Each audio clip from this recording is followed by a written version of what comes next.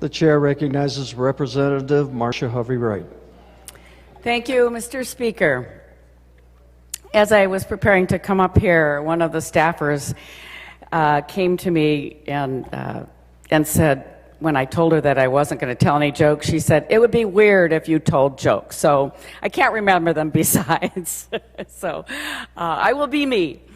My colleagues, let me begin by saying thank you. It has been an honor to serve you and the people who I have come to respect and like. Individuals who are equally dedicated to working for the best interests of our state and its residents, even when we are not always in agreement. It has been my great privilege to serve the people of the 92nd District in Western Michigan, and I'm forever grateful for the opportunity to be their voice in Lansing these past 6 years. There are many people in my life that has made this possible, starting with my husband, Bill Wright. Whoops, didn't realize this was coming. He was the wind beneath my wings, encouraging me, being a sounding board, and my moral compass. And he was my campaign manager when I ran and lost the first time and won the second time. Bill was known as the best campaign manager in Muskegon. He often said that being a state rep was the best fit of any job I ever had. Thank you, Bill, for making this possible. And thank you to all of you in particular for your kindness, your hugs, reaching out, cards, flowers, and the Zingerman's basket that arrived last weekend regarding the loss of my husband. Some of you remember Margot Williams, who was a key player in both of my campaigns and my staffer for the first 1.5 years. She was a loyal friend and truly great human being and kept our campaign connected to those who needed help the most. She too passed away in my second term. My women's group, who are joining me in my seat behind me, we've been getting together since the mid-'70s every 2 weeks, if you can imagine that. And they are at my seat today. They've always been there for me, and they are like sisters. You were introduced to my gourmet group last week, and all of them together helped with my campaigns and supported me in so many ways.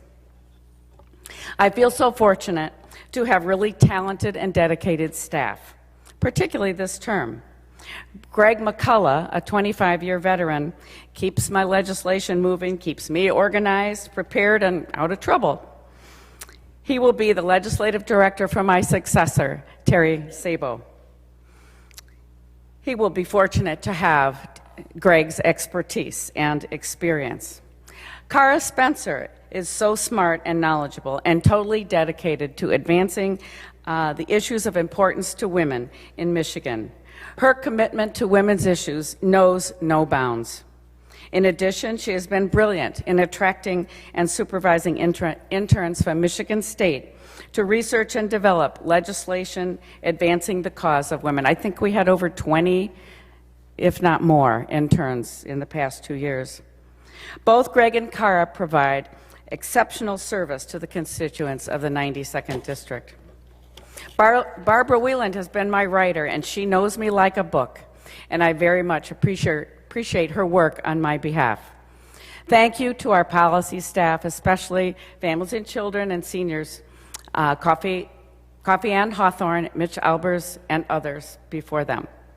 Noelle Lufkin was a very smart and self-directed intern through the School of Social Work at Grand Valley, and she made her mark by spearheading the Foster Child Bill of Rights package, which passed the House and last week passed the Senate Committee on Families, and we hope to pass it in the final days of lame duck in Michigan. So Michigan will have the rights, the foster child of Michigan will have the rights every child deserves.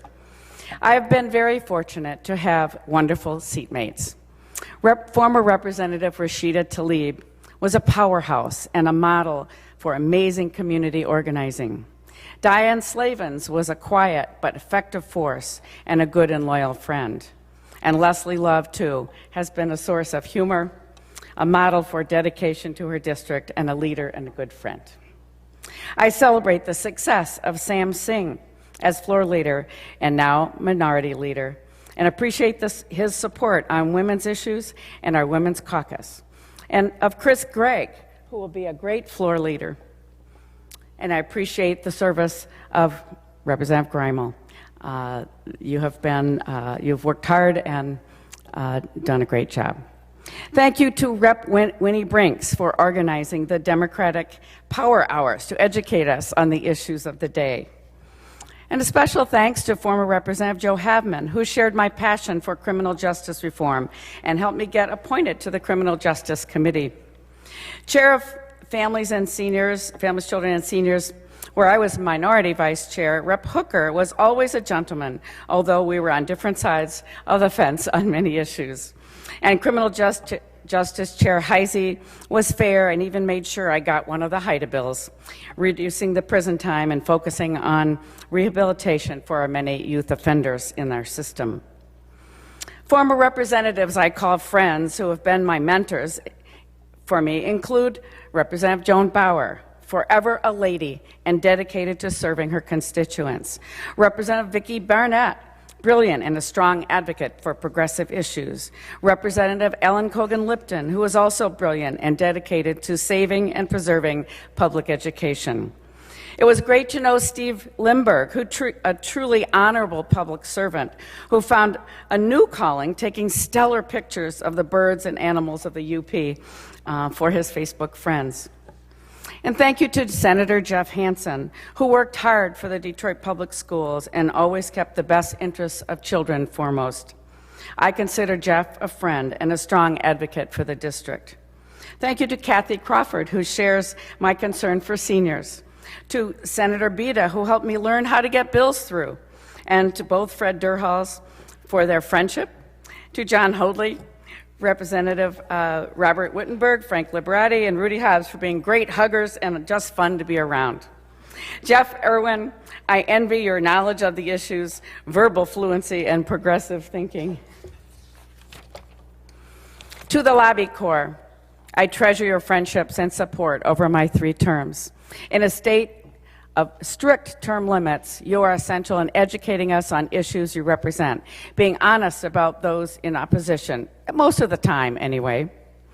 I would like to share a few things I am proud of at a time as state representative.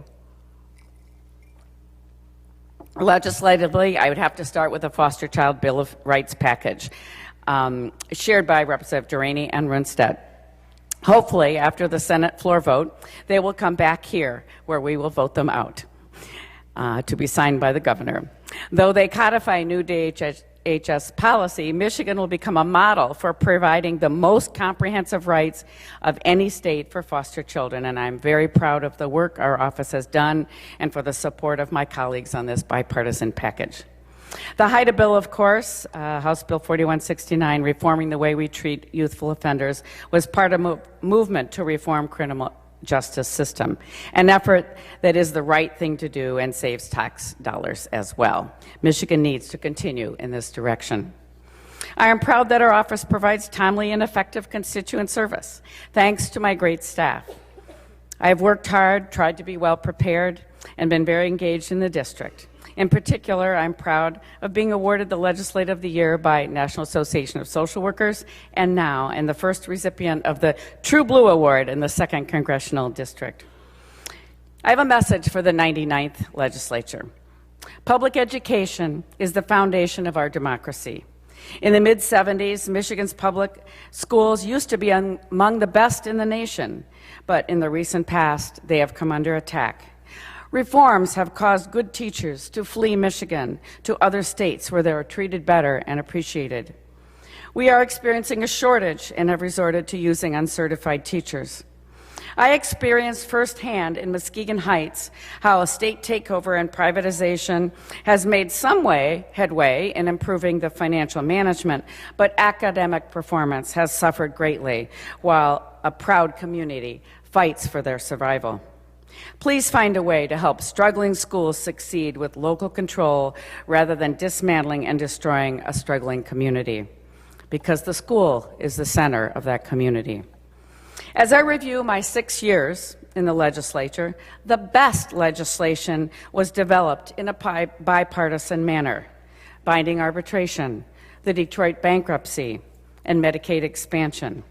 The challenge of the 99th legislature will be to approach the MIPSers and the municipal health care issues in the same bipartisan way. I look forward to continuing my work from outside this body to advance the work that was started here on behalf of women, children, and families in Michigan. We have much to do in our state and will need the continued dedication of the members of the Michigan legislature to give all residents in our state the opportunity to grow and prosper. This is a challenging time, both for our nation and our state, and I have faith in the members of this body and our fellow Michiganders. I remain optimistic that our best days are still to come. In the future, I face a future of unknowns in my life, but I'm looking forward to a future as I need some time to figure out ways to use my strengths and make a difference. Until recently, I could not make any plans because of my husband's health. I am hopeful that I will find a life of meaning and joy and the support of family and friends as I go forward. I started my career in the Peace Corps in West Africa in 1968. I closed this chapter in my life in the state legislature 48 years later. Both jobs have been the best job I ever loved. Farewell, and thank you to you all, and thank you to my colleagues for making this service in the People's House meaningful and this next chapter in my life hopeful. Thank you. Thank you, Representative Hovey-Wright.